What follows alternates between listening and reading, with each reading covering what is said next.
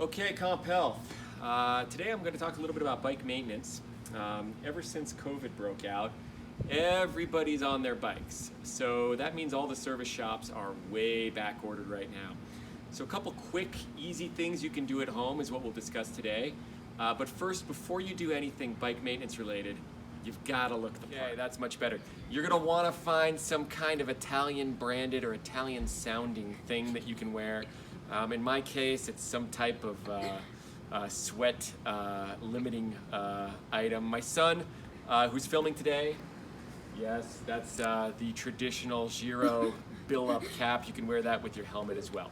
Okay, so first problem that is very common is what's called brake rub. So you're pedaling, but you're not going anywhere because your brakes are rubbing, okay? A lot of reasons that this could happen. Easy solutions though. First and foremost, in this case, the brakes are too tight. So we're gonna grab the barrel adjuster right here, okay?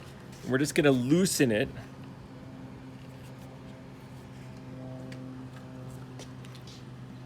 And it really helps to go the right direction to loosen it.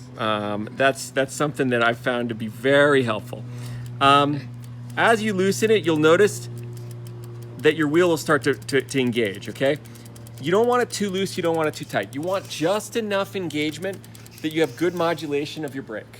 So that when you pull the brake, you can pull enough that there's actual feedback, not so much that there's a ton of travel in the brake handle, okay? So find your sweet spot until you eliminate brake rub. The other reason potentially you might have brake rub is if one side or the other of the brake pad is too close. In this case, I have a single bolt system. I can literally twist the entire brake housing to eliminate that so that they line up nice and even. If you're on a non-road bike, just a standard bike, oftentimes there's an adjustment screw that will open up one side of your pad and not the other, okay? So brake rub, nothing more frustrating than moving along and not going anywhere. What's equally frustrating though is a clunky, lumpy derailleur or something that shifts like a potato, as my son will say. So we'll talk about that in 1 second. Okay, so you're struggling up a hill, and if that's not bad enough, your machine is making all sorts of ungodly noises. Here you go. You're up the hill, clink, clank, clown, okay? And you need that extra gear that's just a little bit easier. And everyone riding with you is like, what is going on? And you're struggling, okay?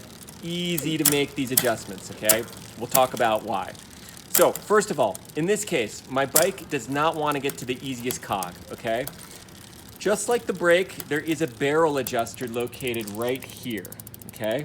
When your bike is struggling to get to the easiest cog, okay, you simply turn, or an easier cog, you simply turn the barrel adjuster counterclockwise, okay? This will help, now you can see there how it jumped in. This will help create a little bit more tension in the wire, which will allow it to jump to an easier cog.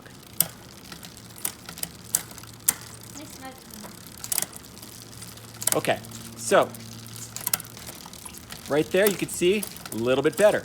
The way you can tell if you have properly adjusted is you go to a middle gear like this, and then you stand behind the bike and you ensure that your jockey wheel right here is in line with the gear in question.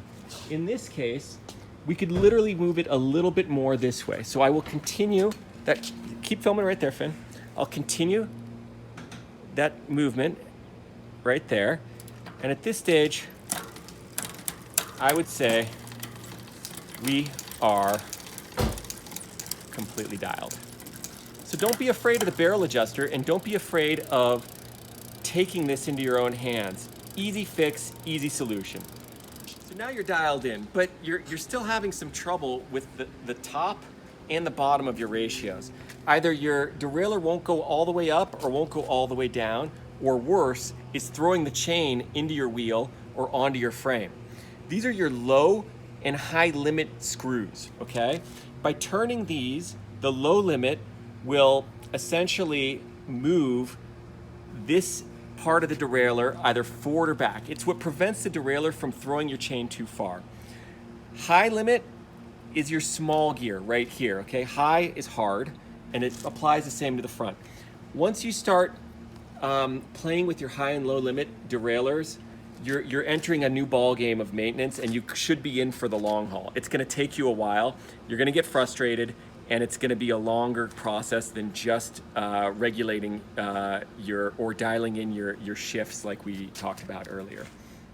You want the whole system to keep running well, you're gonna have to grease your chain. Most people use an oil-based grease because it's easy and cheap, and that's usually what's sold at most stores.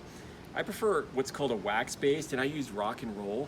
Essentially, the way you apply this is you simply go to your middle cog on the back, your small cog in the front, you put a ton on liberally while you turn your crank, and then you wipe it all off with a rag. That's it. You're gonna wanna do that every 200 to 300 miles, and that'll ensure that your drivetrain runs smoothly. Okay, hopefully that was helpful. If you're interested in more videos like this, don't count on me doing them, but feel free to go on YouTube, because there's a lot of people that know a lot more about bike maintenance than me. I recommend Park Tool. Okay, Finn recommends Park Tool. One more thing I'll add is that if you don't have a stand, don't worry. You can flip your bike upside down, do it on the grass or a soft area so you don't scuff up your shifters or your seat. For a while I used to use just a post coming out of the wall, and I would put my frame on that. That's perfectly sufficient as well. If you do have other questions, feel free to ping me. I'm on Microsoft Teams. Email, I'll be a little bit slower, but happy to help with any bike-related questions. All right, thank you, Comp Health. Goodbye.